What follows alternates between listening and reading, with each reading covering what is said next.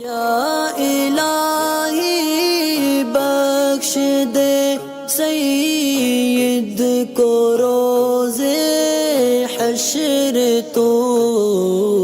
عمران ملک ہے، سوال ان کا یہ ہے کہ ایک شیعہ ہے جو عربک وغیرہ پڑھنا جانتا ہو، کسی سنی لڑکا یا لڑکی کا اس نے نکاح کرایا، اہل سنت کے فرقے کے مطابق کرایا، 2 گواہ بھی تھے اور موجودگی میں، تو کیا یہ نکاح ہو گیا یا نہیں ہو گیا؟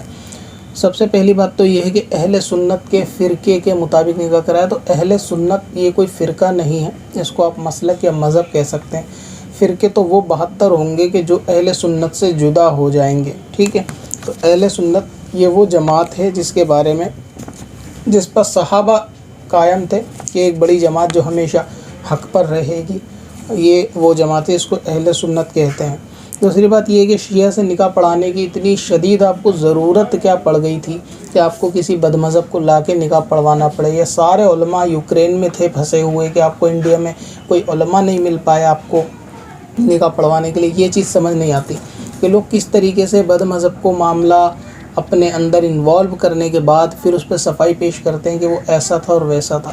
کیا دنیا کی دوسری چیزوں میں بھی اس طریقے کا معاملہ کرتے ہو کہ اگر سنار کی دکان پہ جائیں گے، سونا اس پہ نہیں تھا، نقلی تھا، تو اصلی کے پیسے دے کے نقلی لے آئے، یا کبھی سونے کے اس میں تانبا پیتل اٹھا کے لے آئے؟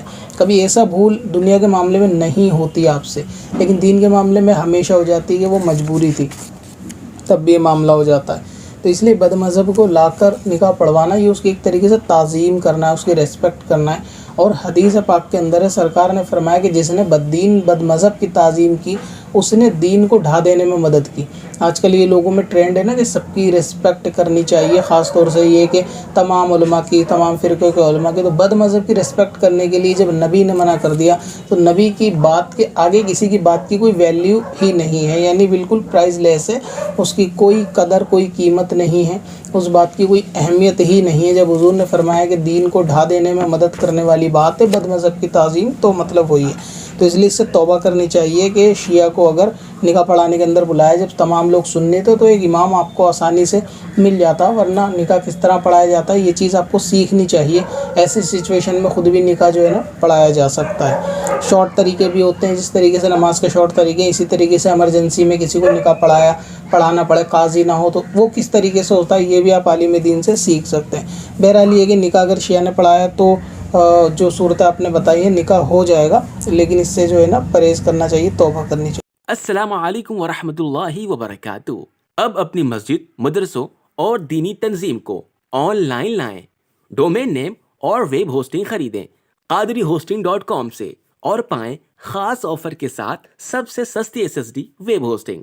اپنی ویب سائٹ اور ڈومین کو بھی ٹرانسفر کریں قادری ہوسٹنگ پر۔